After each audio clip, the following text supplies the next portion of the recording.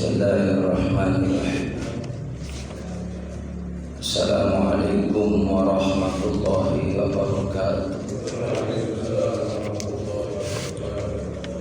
Alhamdulillahirabbil alamin.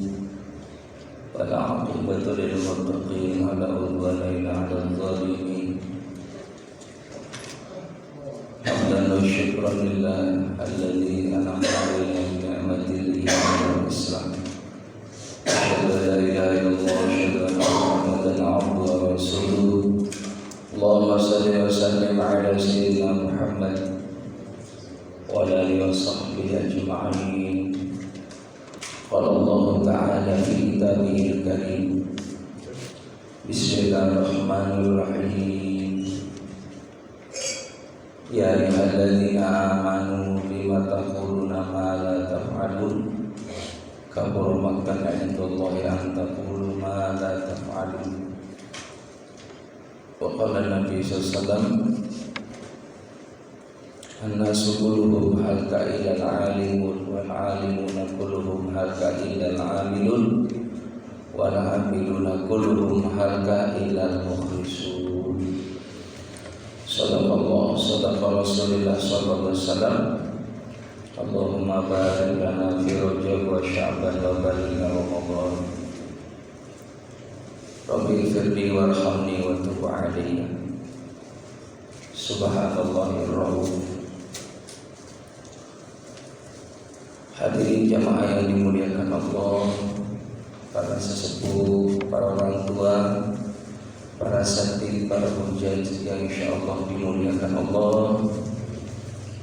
Tidak bosan-bosannya kita selalu bersyukur kepada Allah, karena dengan taufik inayah hidayahnya lah kita bisa diberikan kekuatan iman oleh Allah. Dengan iman itulah kita mau amal. Dengan modal iman, dengan modal kita percaya yakin bahwa Dialah Allah Subhanahu wa taala Rabbuna wa Rabbukum, Tuhan kita, Tuhan kamu sekalian. Tuhannya orang Islam, Tuhannya juga orang yang selain Islam. Jadi Rabbul Alamin itu maknanya adalah Tuhan seluruh alam, baik alam dunia sampai alam akhirat. Ya, maka mereka yang belum dapat hidayah, kewajiban kita doakan supaya mereka memperoleh hidayah. Allahumma hdi qaumi fa innahum la ya'lamun. Allahumma hdina shiratal mustaqim shiratal mustaqim. Itulah doanya, ya Allah, tunjukkan kami ke jalan yang lurus, yaitu jalan ya yang diridhoi oleh Allah Subhanahu wa taala, yakni dinul Islam, dinus salam. Allahumma shalli ala Muhammad, salawat dan salam semoga terlimpah curahkan kehambaan Nabi kita Muhammad sallallahu alaihi wasallam yang kita harapkan syafaatnya dari saat ini sampai nanti kita bertemu dengan Allah. Karena tidak ada suatu kegembiraan bagi umat Nabi Muhammad kecuali kegembiraan di saat liqa Allah, hamba tadi berjumpa dengan Allah. Makanya di antara keistimewaan bagi umat Nabi Muhammad dihadirkannya saum Ramadan. Apa manfaatnya orang yang puasa di bulan Ramadan? Di antaranya kegembiraan bagi orang yang puasa itu, yang pertama inda futur, di saat buka. Jadi orang waktu buka puasa itu Pak, ya Masya Allah, lihat air satu gelas nih, air putih begini nih, kalau puasa mau buka, oh berharga banget Pak. Apalagi yang ada warnanya, apalagi yang namanya air terus ada buahnya. Tuh, cuman nafsunya kita orang puasa itu kan ngumpulin Pak dari jam 5 ya kan. Oh minuman macam-macam dibikin semua, kata nafsu, udah bikin kopi aja, bikin susu, bikin sirup, terus ya kolak macam-macam hadirin, bubur macam-macam. Giliran buka puasa mah ya kan, Allahumma laka sumtu wa bika amantu wa ala rizqika aftartu bi rahmatika ya arhamar rahimin. Giliran diminum hadirin, hilang tuh semuanya. Cukup dengan air putih nih hilang semuanya. Kopi ya biasa, Ya kan, susu biasa, kolak biasa, paling kolak pun hanya 2 sendok 3 sendok. Iya kan, lihat gorengan banyak macam-macam bentuk gorengan, dimakan 1 tahu, minum udah kenyang. Itulah nafsu hadirin. Makanya Ramadan itu untuk bagaimana mengendalikan nafsu kita supaya nafsunya terarah. Makan boleh tapi makan secukupnya. Minum secukupnya, istirahat secukupnya. Bagi waktu semuanya untuk bagaimana bisa menyeimbangkan antara duniawi dan ukhrawi. Khairul umur awsatuha, perkara yang baik itu adalah yang sedang. Kaya banget jangan Pak, miskin banget apalagi. Kaya banget juga jangan, hisabnya berat. Orang kaya itu nanti dihitung satu persatu Pak. Kalau ibarat digambarkan itu, kita masuk ke Alfamart, ke Indomaret, ambil keranjang Pak, masukin tuh macam-macam kan, penuh. Jamaah rahimakumullah, sama orang yang beli 1 permen, iya kan? Yang lama ditanya, yang bawa keranjang apa yang beli permen Pak? Iya kan? Yang beli permen mah cukup walaupun agak antri. Udah cukup 5.000. Udah Pak, aman. Nah, yang bawa keranjang hadirin 1. Terus Pak. Itu bisa jadi makan waktu 15 menit hadirin. Lama. Bayarnya juga gede. Ya, logikanya seperti itu. Jadi semakin kita diamanahi sama Allah, dititipin sama Allah, siap bakal ditanya. Min aina iktasabahu wa fima anfaqahu, dari mana ini sumbernya, lalu ketika kau dapat, buat apa rezeki yang diberikan Allah? Ditasarufkan di jalan Allah kah, atau sebaliknya hanya sekedar buat tadi kebanggaan diri agar disebut jadi orang kaya? Jadi orang kaya itu berat hisabnya. Ya, orang yang miskin itu 500 tahun lebih awal ketimbang orang kaya. Nah, jadi milik kaya apa miskin Pak?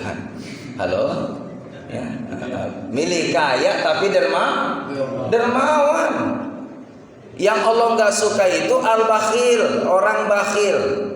Bakhil itu ya ba'idun 'anir rahmah, jauh dari rahmatnya Allah.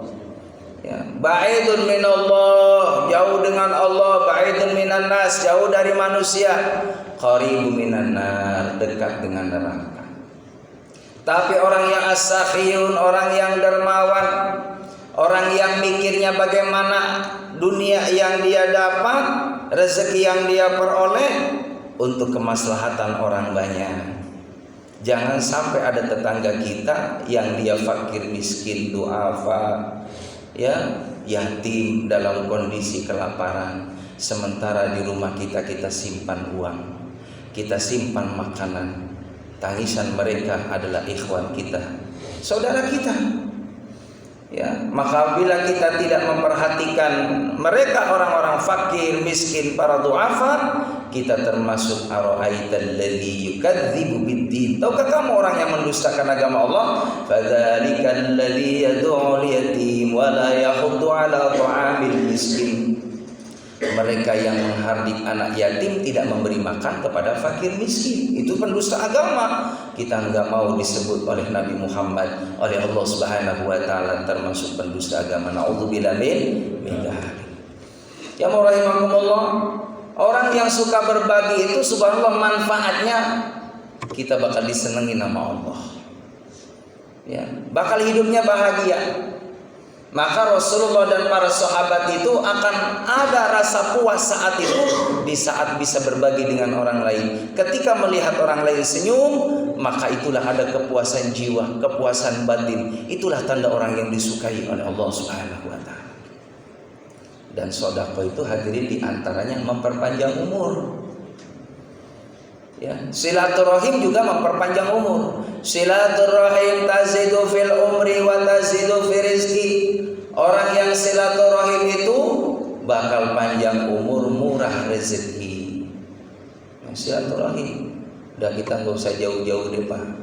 Kita yang ngerasain, survei membuktikan kalau kita pengen dipanjangkan umurnya, murah rezekinya, setiap Ahad pagi mohon maaf, saya sih nggak ngarepin ya, enggak ya, termasuk jamaah juga nggak ngarepin. Kalau nggak percaya Bapak buktiin silahkan. selesaiin duduk di majlis taklim sampai ceramah selesai, doa selesai, nanti Bapak duduk di depan hadirin. Paham kan Pak? Duduk di depan, apa yang terjadi?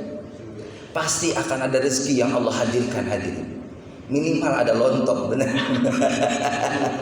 Ada bakwan, ya kan? Ada teh. Ya, nggak usah bikin hadirin, nggak usah. Udah disiapin sama pengurus. Ini pengurus yang menyajikan minuman sarapan pagi. Ini pahalanya bakal ditambah berlipat oleh Allah Subhanahu wa taala. Amin ya rabbal kabul. Amin ya rabbal. Nggak ada ruginya hadirin. Termasuk orang yang nitip rezeki di pagi hari pada waktu subuh itu. Sedekah yang disukai oleh Allah pada waktu pagi dan hari Jumat. Jadi walaupun tiap hari bagus sedekah, tapi sedekah yang paling disenengin Allah pagi hari. Kenapa? Allah utus ada malaikat yang mendoakan di pagi itu, semoga orang yang sedekah dimurahkan rezekinya sama Allah. Amin. Sama hari Jumat.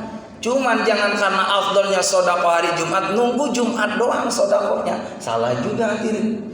Ya mending kalau gede hari Jumat 100, ya kan? Hari Jumat 50. Itu menunggu hari Jumat 2000.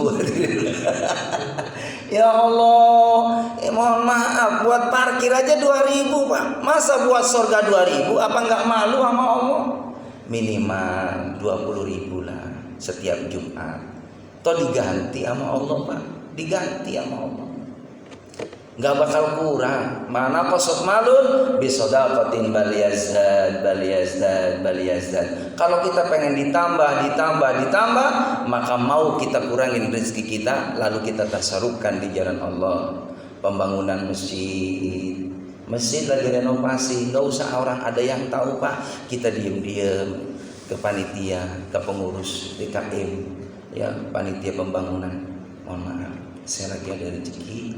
Ini saya nitip semen 10 sak. Gak usah bilang-bilang. Kalau mau diumumin hari Jumat nomor 10 RT 2. Sama juga. Ya tulisannya sih hamba Allah Pak, cuma nomor 10 RT 2. Lah orang kan kebayang Pak Andi itu mah. Itu ketemu juga hadirin. Makanya dari hamba Allah aja udah, dari hamba Allah ya. Kalau untuk memotivasi kata Nabi Muhammad boleh. Ya. Jadi ada seorang sahabat, ya Rasul, suatu ketika saya sedekah, tapi ada orang yang melihat. Tapi kalau memang untuk motivasi kata Rasulullah supaya orang tadi yang bakhil mau sedekah diperkenankan oleh Nabi. Yang enggak boleh jamaah rahimakumullah, kita enggak tahu ilmu, lalu enggak mau belajar ilmu, kita simpen sifat riya. Sum'ah, pengen disanjung, pengen dipuji. Oh, no, kalau bukan saya, no, masjid nggak bakal jadi. Itu menara nggak bakal jadi. Itu menara itu habis kurang lebih 100 juta. Dari siapa? Saya. Ini yang habis hadirin pahalanya. Karena tadi nggak tahu ilmu, nggak mau belajar ilmu. Tapi ketika dia punya ilmu, maka pasang niat. Ikhlas hanya semata-mata mengharapkan ridha Allah, karena dia yakini 100 juta yang dititipkan di rumah Allah itu sebenarnya sedang kita sedang minta sama Allah memperoleh daripada kunci surganya Allah Subhanahu wa taala. As-sakhiyun qaribu minallah, qaribu minar rahmah, qaribu minan nas, ba'idun aninar. Jamaah yang dimuliakan oleh Allah Subhanahu wa taala, ada satu cerita. Suatu ketika Nabi Muhammad dikasih tahu oleh malaikat Israil alaihissalam. Jadi banyak hadirin dalam satu hikayat itu, para nabi dan rasulnya Allah diantaranya diberikan suatu keistimewaan. Ini suatu mukjizat atau irhas ya, suatu keistimewaan. Kekhususan bagi para nabi dan rasulnya Allah. Di antaranya bagaimana pernah Nabi Yakub alaihissalam dikasih tahu sama malaikat Israil, pernah ketemu sama malaikat Israil. Termasuk Nabi Musa alaihissalam, ya termasuk juga Nabi Sulaiman alaihissalam, ya termasuk baginda Nabi kita Muhammad SAW pun pernah bertemu dengan malaikat Israil alaihissalam. Suatu saat yang rahimakumullah, ya ba'da zuhur, malaikat Israil alaihissalam ngasih tahu. Kata malaikat Israil, ya Rasulullah, ini muadzin di masjid ini yang kau jumpai sebelum subuh akan menghadap Allah. Dia akan wafat. Maka kata Rasulullah SAW, ya kalau begitu terima kasih informasinya. Tentunya Nabi pun mendoakan sahabat tadi yang soleh, orang yang selalu cekatan, selalu dia terus bagaimana berpikir rumah Allah Subhanahu wa taala makmur dengan asbab seruan ajannya. Makanya kata Rasulullah, kalau seandainya umatku tahu keutamaan dua amalan soleh ini bagi umatku, mereka pasti akan berlomba-lomba, akan berebut. Siapa mereka? Umatku yang pahalanya sangat besar tapi amalannya sederhana. Yang pertama adalah orang yang suka ajan di masjid. Jadi muadzin, orang yang suka ajan itu jamaah rahimakumullah adalah orang yang istimewa. Di samping suaranya sampai ke arasy Allah Subhanahu wa taala, juga seorang muadzin yang mengumandangkan azan itu dengan wasilah seruan ajannya mengingatkan saudara-saudara mukmin, saudara-saudara muslim yang saat itu sebentar lagi akan masuk waktu ibadah salat. Maka diseru oleh muadzin, hayya shalah, mari salat. Kata ulama jamaah rahimakumullah, sesungguhnya orang yang ingin sukses itu sudah dikasih tahu sama Allah melalui isyaratnya muazin. Kalau kita pengen hayya 'alal falah, memperoleh kemenangan, sholatnya dulu dijaga. Hayya 'alal falah itu kan maknanya ayo cari kemenangan, cari kesuksesan. Ternyata kemenangan, kesuksesan itu sudah dikasih tahu sama Allah. Ada pada orang yang hayya 'alas shalah, orang yang mari untuk mengerjakan sholat. Jadi hadirin, ini yang perlu kita tanamkan, yang perlu kita tanamkan, perlu kita sampaikan kepada anak cucu kita. Sebagaimana doa Nabi Ibrahim alaihissalam, Rabbi ja'alni muqimas salati wa min dzurriyyati rabbana wa taqabbal du'a. Ya Allah, jadikan aku untuk senantiasa menegakkan salat, wa min dzurriyyati, dan anak keturunanku. Dzurriyyat ini maknanya adalah anak keturunan sampai hari kiamat. Jadi kita sudah berdoa kepada Allah, ya Allah, jadikan aku orang yang mampu menegakkan sholat, begitupun anak keturunanku. Kenapa? Orang yang menegakkan sholat, orang yang mengamalkan ibadah sholat, maka orang tadi sudah mendapatkan jaminan, yaitu memperoleh al-falah, yaitu kemenangan, keberuntungan, kesuksesan. Jadi kalau kita pengen jadi orang sukses, udah kita jaga yang namanya sholat di awal waktu. Tapi juga bukan hanya fardu, kita tambah sholat sunnah nawafilnya. Perbanyak sholat sunnah, semakin banyak kita melakukan sholat sunnah, semakin banyak di situ pertolongan dari Allah Subhanahu wa taala. Ya, bisa kita lihat sejarahnya saja hadirin. Kalau sholat itu kan langsung Allah ya menghadirkan Nabi Muhammad ke langit. Langsung menghadirkan Rasulullah melaksanakan Mi'raj, naik hadirin. Ya karena sholat itu juga ya maknanya ada as-sholat lidzikri, sholat juga artinya mengingat Allah. Sholat juga pengertiannya adalah as-sholatu mi'rajul mu'minin, tangga naiknya seorang mukmin. Jadi kalau pengen naik derajat kita, jaga sholatnya. Termasuk anak keturunan kita, warisi supaya menjaga sholat dengan baik. Kalau sudah sholatnya baik, hadirin mohon maaf, ini sudah menjadikan jaminan dari Allah Subhanahu wa taala, suatu kepastian dari Allah. Kalau anak cucu kita pengen jadi orang yang tidak fakir, tidak miskin, kitanya orang tuanya, ayo mulai sekarang jaga sholat di awal waktu. Maka dengan doa orang yang sholat di awal waktu, yang mendapatkan jaminan dari Allah Subhanahu wa taala, maka setiap doanya akan diperkenankan oleh Allah Subhanahu wa taala. Orang yang sholat berjamaah, bukankah kata Nabi Muhammad, doanya khusus diamini oleh para malaikat yang ada di masjid. Jadi di saat imam membaca ghairil maghdubi alaihim waladdallin, makmum yang membaca amin, di situ banyak para malaikat Allah di masjid yang mengamini kita supaya memperoleh ihdinas siratal mustaqim siratal ladzina an'amta 'alaihim ghairil maghdubi 'alaihim waladdallin, yaitu orang yang diberikan nikmat oleh Allah kepada mereka. Siapa? Orang-orang yang dipilih oleh Allah, para nabi, para syuhada, para salihin, para siddiqin. Itulah mendapatkan jaminan dari Allah. Makanya kita ini udah termasuk menjadi orang-orang pilihan, Pak. Orang kaya kita ini. Kaya apa? Kaya batin.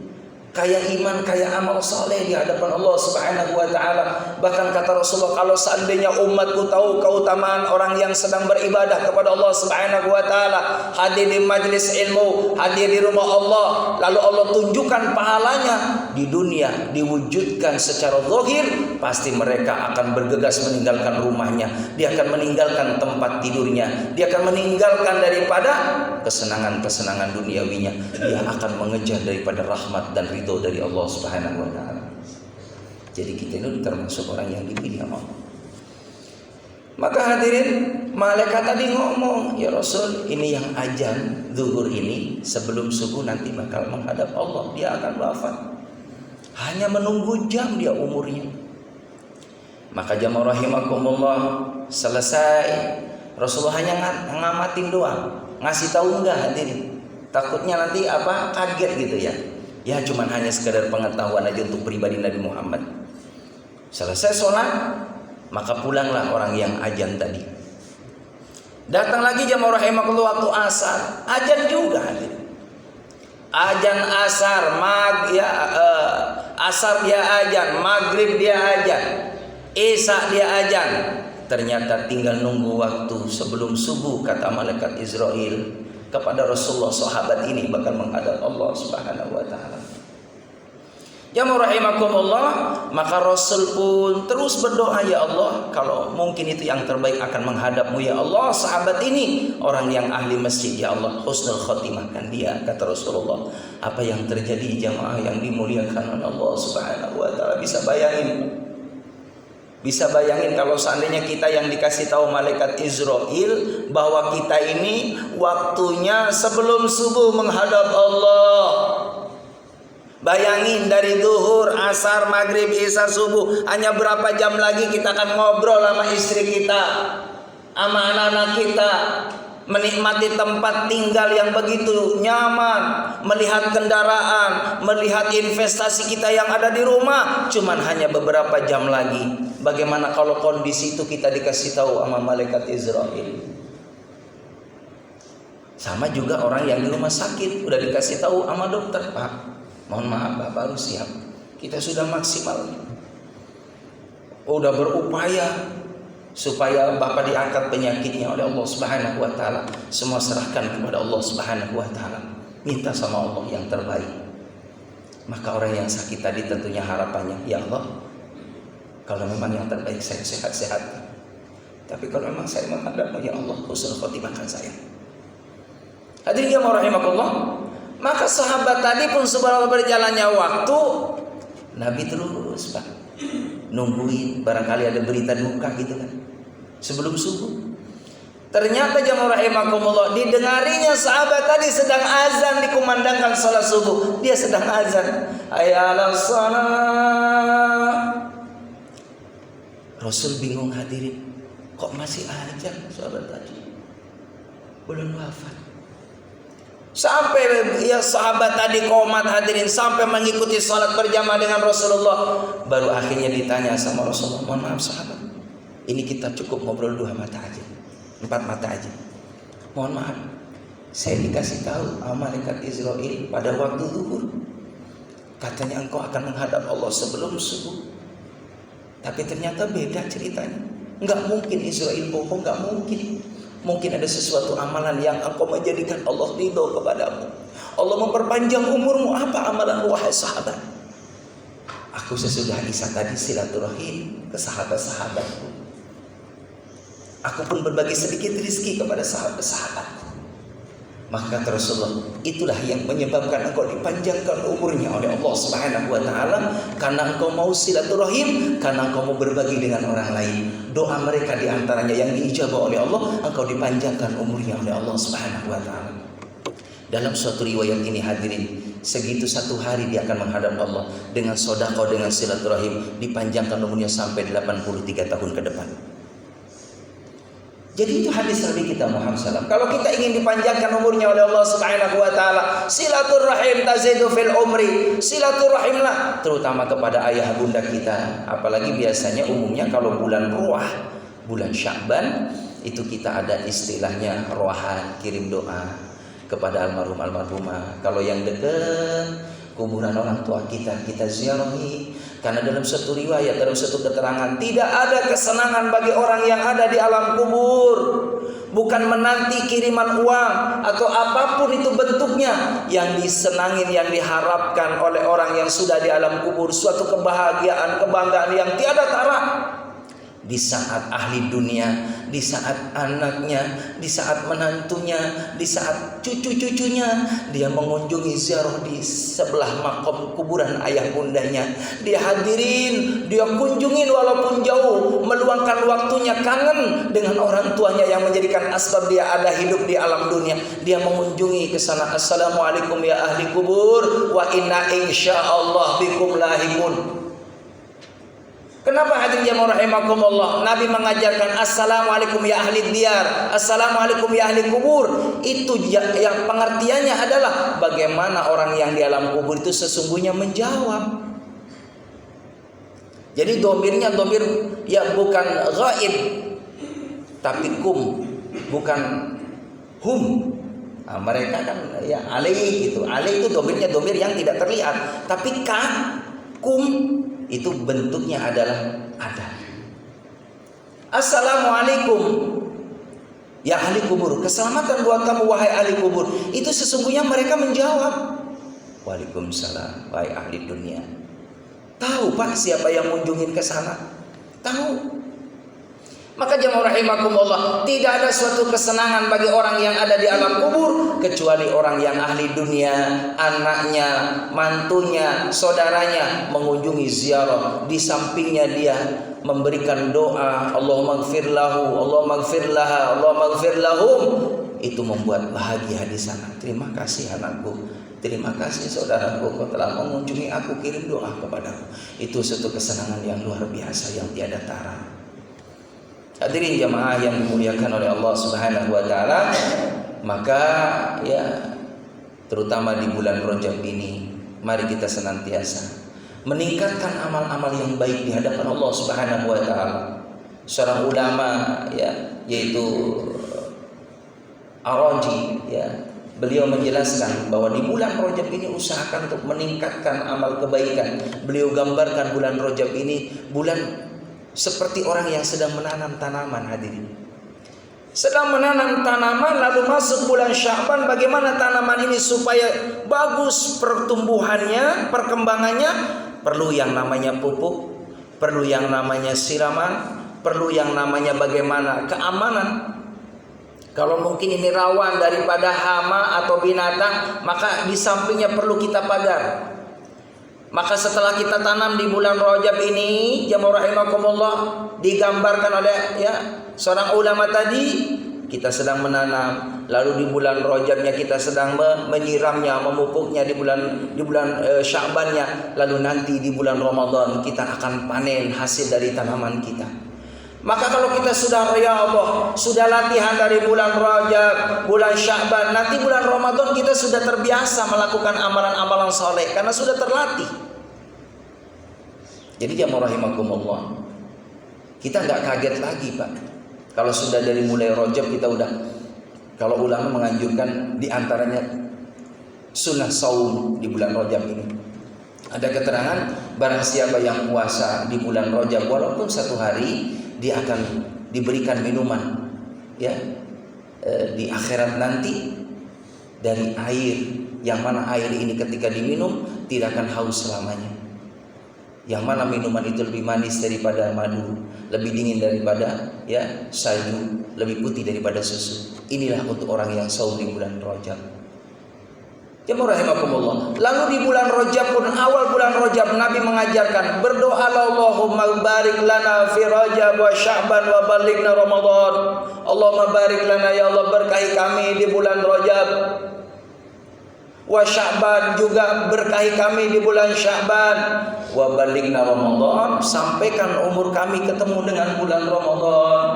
Nabi sendiri hadirin, manusia yang dekat dengan Allah, yang walaupun jasadnya tidur tapi hatinya terus komunikasi dengan Allah. Manusia yang mendapatkan jaminan dari Allah, surganya Allah, tidak punya kesalahan, tidak punya dosa, tapi beliau masih berharap, ya Allah berkahi kami di bulan Rajab dan Sya'ban, sampaikan umur kami ketemu bulan Ramadan. Jadi hadirin, Nabi Muhammad beliau mohon maaf, puasa itu hanya 9 kali ketemu Ramadan beliau. Dari setelah perintah daripada saum.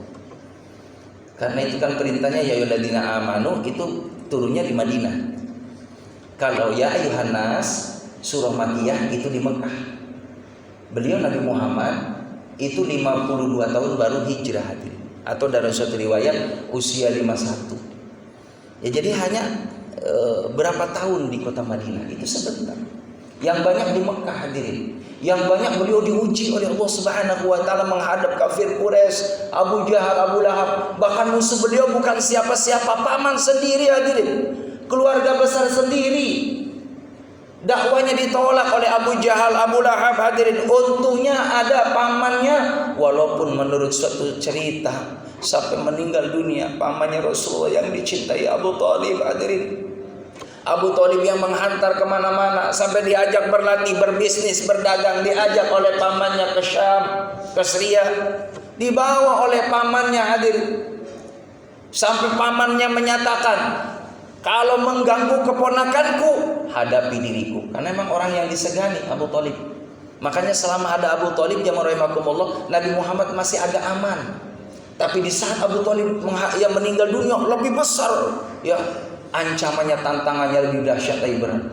Jadi hadirin jamaah rahimakumullah, makanya di saat Abu Thalib beliau menghadap Allah Subhanahu wa taala, Siti Khadijah menghadap Allah Subhanahu wa taala, disebut tahun Amul Husni, tahun duka cita hadirin.